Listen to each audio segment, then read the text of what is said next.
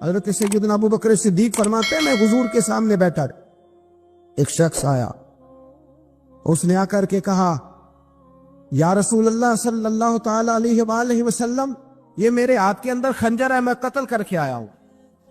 قاتل کھڑا ہوا، ایک طرف قرآن مجید کا حکم ہے کہ جس نے ایک آدمی کو قتل کیا پوری انسانیت کو قتل کیا، حضور یہ خنجر ہے، قتل کر کے آیا ہوں۔ میرے مصطفیٰ نے فرمایا کس کو قتل کیا؟ عرض کی حضور سگی بہن کو مارا ہے، سگی بہن تھی، میں نے قتل کر دی۔ میرے نبی پاک صلی اللہ علیہ وسلم نے فرمایا کیوں مارا؟ پیار نہیں تھا؟ کہا موبا بہن سے کس کو پیار نہیں ہوتا، بڑا پیار تھا، پر مارا کیوں؟ تو صحابی رونے لگے، کہنے لگے محبوبہ میں بڑا پیار کرتا تھا، پر وہ کافرہ تھی، مشرکہ تھی، بڑا پیار کرتا تھا، جب بھی اس کے پاس جاتا وہ آپ کے بارے میں بات چھیڑ دیتی، میں اس کو کہتا سارا کچھ کر لے میرے نبی کے بارے میں بات نہ کر دو، میں ہر شے سہ لیتا، پر مصطفیٰ کریم کی ذات کے بارے میں کوئی بات برداشت کرنے کی طاقت نہیں رکھتا، یہ والا جملہ نہ کہنا، میں اس کو روکتا، منع کرتا، وہ باز نہ آتی۔ کہتے ہیں آج اس نے اتنی سخت بات کی کہ میں اس کا گلا کاٹ آیا ہوں، قتل کر دیا ہے، حضور میرے لیے حکم کیا ہے؟ تو نبی پاک نے فرمایا جا تیرے اوپر کوئی سزا نہیں، تو نے جو کیا ہے اچھا ہی کیا ہے، یہ اچھا کر ڈالا ہے جو تو نے کیا ہے۔ ایک صحابی نابینا تھے، آنکھوں سے نظر نہیں آتا تھا، رشتہ کوئی نہیں دیتا تھا، معذور آدمی تھے، نکاح ہوا، شادی ہوئی، 2 بیٹے دیے اللہ، گھر بس گیا، بیوی کپڑے دھو کے دیتی، خدمت کرتی، روٹی پکا کے دیتی، بچے بڑے حسین تھے، اور وہ صحابی خود فرماتے ہیں، نابینا صحابی کہتے ہیں موتیوں کی طرح کے میرے بچے، جو بھی آتا آ کے کہتا تیرے موتیوں کی طرح کے لال ہیں۔ لیکن آپ فرماتے ہیں ایک صبح اعلان ہو گیا، مدینے میں شور ہو گیا، کچھ نابینا صحابی کی بیوی قتل ہو گئی، کسی نے خنجر کے دبایا، مر گئی ہے۔ کہتے ہیں اس کے لواحقین اکٹھے ہوئے، در رسالت امام پہ آئے، آگے کہنے لگے حضور ہمارا قاتل ڈھونڈ کے دیں، ہماری بیٹی کو کس نے مارا؟ میرے رسول پاک نے مجمع پہ نظر ڈالی، فرمایا بھائی مجھے کہنے کی ضرورت نہ پڑے، اگر قاتل موجود ہے تو خود اٹھ جائے، خود اٹھے۔ وہ نبینا صحابی بیچ میں سے اٹھ کے کھڑے ہو گئے، کہنے لگے سوڑیاں قاتل کوئی باہر نہیں، میں خود قاتل ہوں، میں نے مارا ہے، میں قاتل ہوں، میں نے مارا ہے۔ مصطفیٰ کریم سید عالم صلی اللہ علیہ وسلم نے فرمایا تجھے تو اس کی بڑی ضرورت تھی، بڑی حاجت تھی، تیری بیوی تھی، تیرا گھر سنبھالتی تھی، تیرے بچے تھے۔ صحابی عرض کرنے لگے حضور سارا کچھ ٹھیک تھا، پر وہ آپ کی بے ادب تھی، حضور اس کے آنے سے میرا گھر بس گیا، روٹی پکنے لگی، کپڑے ملنے لگے، اولاد ہونے لگی، میں دنیا پہ آ گیا، لیکن محبوبہ میں نے وہ سکھ کیا کرنے ہیں جو تیری بے ادبی پر تعمیر کیے جائیں۔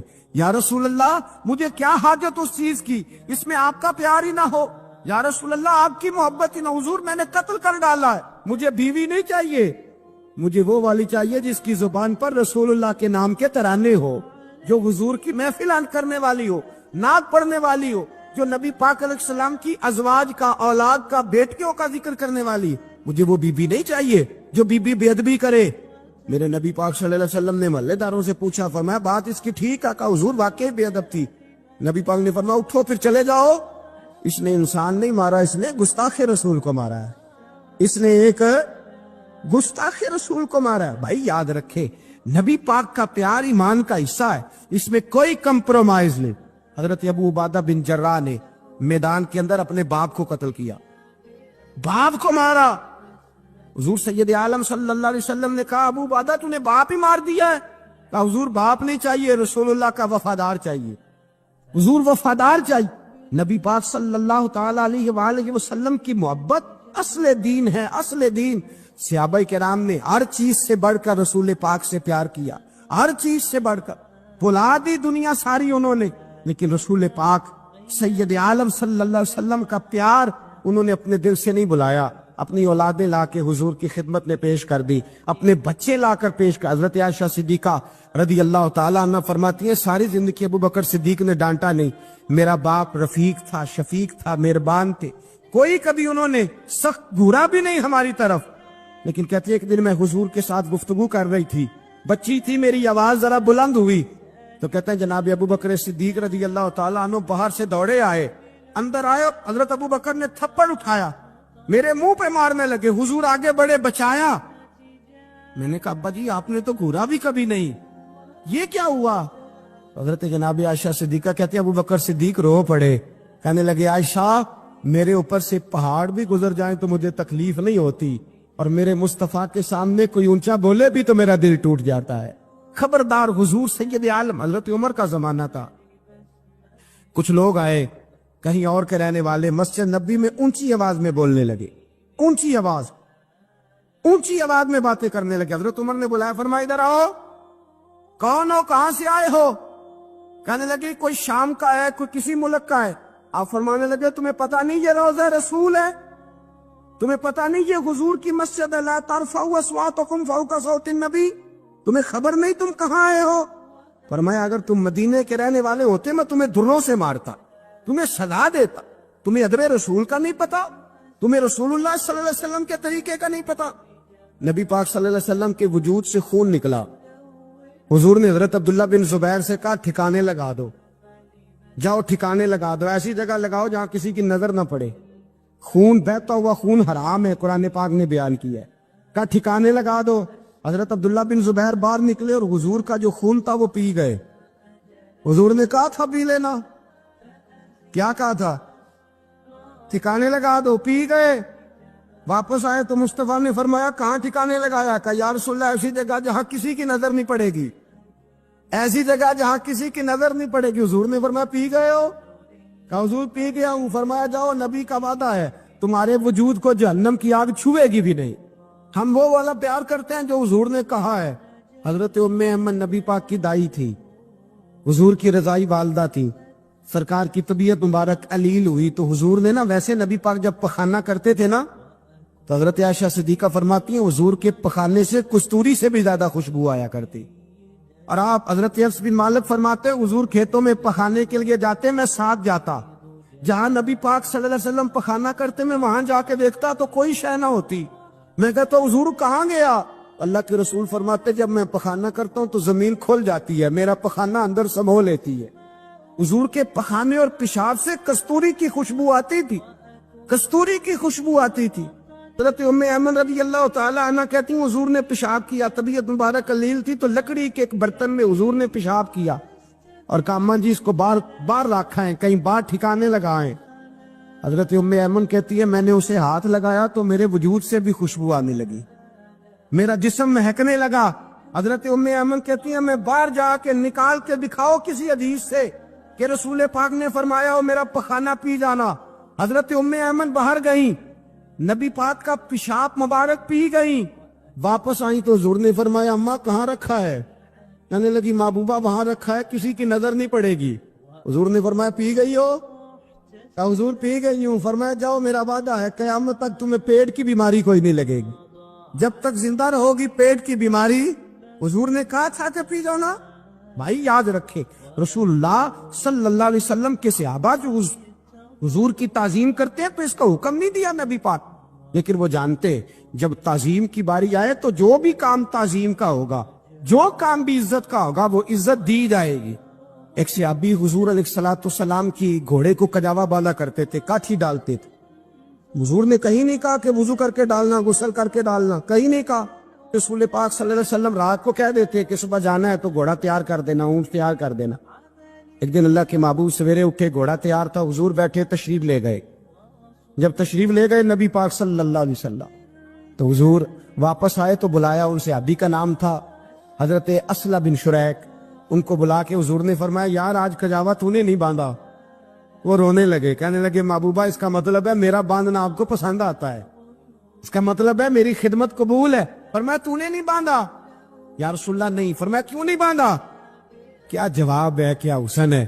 کہنے لگے یا رسول اللہ میں صبح اٹھا تو میرے اوپر غسل فرض تھا، اگر میں بغیر غسل کے ہاتھ لگاتا حضور کو نہیں نبی پاک کے گھوڑے کے کجاوے کو، کہا حضور گھوڑے کے کجاوے کو بغیر غسل کے ہاتھ لگاتا تو بے ادبی تھی، اور اگر غسل کرتا تو حکم ماننے میں دیر ہوتی تھی، یہ بھی بے ادبی تھی، لہذا کسی اور کی ڈیوٹی لگائی۔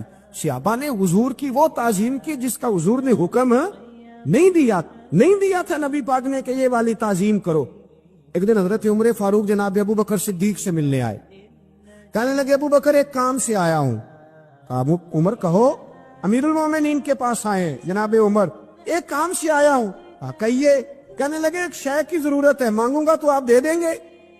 جناب عمر فاروق رضی اللہ تعالیٰ عنہ کہنے لگے میرے بس میں ہوئی تو ضرور دے دوں گا، تو میرا بھائی ہے بات تو کر۔ تو حضرت عمر نے پتا کیا مانگا، کہنے لگے ابو بکر وہ جو غار ثور میں تم 3 دن حضور کے ساتھ رہے ہو نا، میں 3 راتیں نہیں مانگتا، ان میں سے مجھے 1 رات دے دو۔ اور کیا لفظ ہیں، کیا حسن ہے، کہنے لگے عمر کی زندگی کی ساری نیکیاں لے لو، 3 راتوں میں سے 1 رات مجھے دے دو، 1 رات مجھے دے دو۔ حضرت ابو بکر صدیق رضی اللہ تعالیٰ عنہ رو پڑے، کہنے لگے میں نے کہا تھا جو بس میں ہوگا دوں گا، یہ تو میرے مصطفیٰ کی محبت ہے، یہ کسی کو دینا میرے بس کی بات ہے، یہ حضور کا پیار ہے جو میں نے سنبھال کے رکھا ہوا ہے، سنبھال کے پھر کے گلی گلی تباہ، ٹھوکرے سب کی کھائے کیوں، دل کو جو عقل دے خدا تو تیری گلی سے جائے کیوں، جان ہے عشق مصطفیٰ روز فضو کرے خدا، ارے جس کو ہو درد کا مزہ وہ ناز دوا اٹھائے کیوں، اب تو نہ روک ہے غنی عادت سگ بگڑ گئی، پہلے ہی دن میرے کریم لقمہ تر کھلائے کیوں۔ حضرت بلال کہتے ہیں میں اذان پڑھ رہا تھا، ابو بکر سن رہے تھے، انہوں نے چوم کے آنکھوں سے لگایا، بعد میں کہ ملا علی قاری نے لکھا ہے، بعد میں کسی صحابی نے کہا محبوبہ ابو بکر نے انگوٹھے چوم کے آنکھوں سے لگائے ہیں، اور انہوں نے چوم کے کہا قرۃ عینی بک یا رسول اللہ، حضور آپ میری آنکھوں کی ٹھنڈک ہیں۔ میرے مصطفیٰ نے فرمایا جو میرے ابو بکر کی طرح کرے گا اس کی آنکھوں میں کبھی تکلیف نہیں ہوگی، اس کی آنکھوں میں کبھی تکلیف۔ حضور آپ نے تو حکم ہی نہیں دیا، آپ نے تو کہا ہی نہیں یہ کام کرنے کا، آپ نے تو کہا ہی نہیں یہ ذکر کرنے کا۔ میرے رسول کریم سید عالم صلی اللہ تعالی علیہ وسلم کا پیار ایمان کی جان ہے۔ اللہ کے حبیب علیہ الصلوۃ والسلام کو اچانک ایک صحابی نے دیکھا اور فوراً عرض کرنے لگے یا رسول اللہ میرے ماں باپ قربان ہو، چہرے پر نکاہت بڑی ہے، کمزوری ہے، کیا وجہ ہوئی؟ تو حضور نے ایک ٹھنڈی آہ بھری اور فرمایا میں نے کئی دنوں سے کھانا نہیں کھایا، کھجور اور پانی پر گزارا ہے۔ میٹھا کھانا بھی سنت ہے لیکن فاقہ کرنا بھی سنت ہے، اپنی مرضی کی سنت ادا کر لینا یہ تو بڑا آسان کام ہے، لیکن میرے بھائی شریعت اسلامیہ میں جو چیز غالب رہی ہے اس پر بھی کبھی کبھی ذوق کرے۔ اور پھر حضور کا جو فقر ہے اختیاری ہے، نبی پاک نے مانگ کے غریبی لی اللہ تعالیٰ سے کہ یا اللہ ایک وقت روٹی دے ایک وقت فاقہ دے، تو نبی کریم علیہ السلام نے فرمایا کہ میں نے کھانا نہیں کھایا، کھجور پانی پہ گزارا ہے کئی دنوں سے۔ اب اس صحابی کو حکم تو دین کا یہی ہے نا کہ اگر گھر میں کچھ ہے تو لے آؤ، ورنہ شریعت پابند تو نہیں کرتی۔ تو وہ پہلے اپنے گھر گئے، جا کے پوچھا کوئی چیز ہے، گھر والوں نے کہا کوئی نہیں۔ پھر وہ پڑوسیوں کے گھر میں گئے، کوئی کھانے کی چیز ہے، کوئی نہیں۔ رشتہ داروں سے محلے داروں سے پوچھا، کوئی نہیں۔ چپ کر کے نہیں بیٹھے، ایک یہودی کے باغ میں گئے، کہنے لگے یار کوئی مزدوری مل جائے گی؟ وہ سجنا یار منون دی خاطر اساں کی پیس وٹائے، کوئی مزدوری ملے گی؟ اس نے کہا گرمی بڑی سخت ہے، پانی کنویں کا نیچے چلا گیا ہے، 1 ڈول پانی کا اگر نکال سکتے ہو تو 1 کھجور دوں گا۔ فرمانے لگے منظور ہے۔ کہتے میں نے اپنے کندھے سے چادر اتار کے بچھا لی، 1 ڈول پانی کا نکالتا، 1 کھجور ملتی، وہ میں اس کپڑے میں ڈالتا جاتا، چادر میں ڈالتا جاتا۔ جب ذرا میری چادر بھر گئی کھجوروں سے، میں نے اسے سمیٹا، لے جا کے حضور کی بارگاہ میں پیش کیا، محبوب وہیں بیٹھے تھے۔ کہتے حضور نے میرا پسینے سے شرابور وجود دیکھا اور میرے چھالوں سے بھرے ہوئے ہاتھ دیکھے اور میرے تھکے تھکے وجود کو دیکھا، تو کریم نے 1 کھجور اٹھائی اور اٹھا کے منہ میں رکھی۔ حضور فرمانے لگے کس نے تجھے مجبور کیا یہ کام کرنے پہ؟ اس کی مجبوری تو کوئی نہیں نا، کس نے تجھے مجبور کیا؟ تو کہتے ہیں 2 آنسو میرے بھی چھلک پڑے۔ میں نے عرض کی حضور ہمیں کوئی مجبور کر سکتا ہے؟ ہمیں آپ کی محبت نہیں مجبور کیا۔ حضور یہ محبت ہے جس نے مجبور کیا۔ یا رسول اللہ کائنات کی ہر چیز سے بڑھ کر آپ سے پیار ہے۔ یہ غریب آدمی، سادے لوگ ہیں، یہ بہت مہنگے تحائف لانے کی ظاہری پوزیشن میں نہیں ہے، لیکن دیکھو نا اظہار محبت کے معاملے میں کتنا بڑا دل رکھتے ہیں۔ یا رسول اللہ صلی اللہ تعالی علیہ وسلم، آقا محبت نے مجبور کیا، وہاں انعام نہیں ملا، ظاہری طور پر جو انعام ہوتے ہیں وہ نہیں، اس کا نہیں حضور نے اعلان کیا۔ حضور فرمانے لگے سن پھر، اگر تو مجھ سے محبت کرتا ہے تو فقر و فاقے کی تیاری کر، مصیبت کے لیے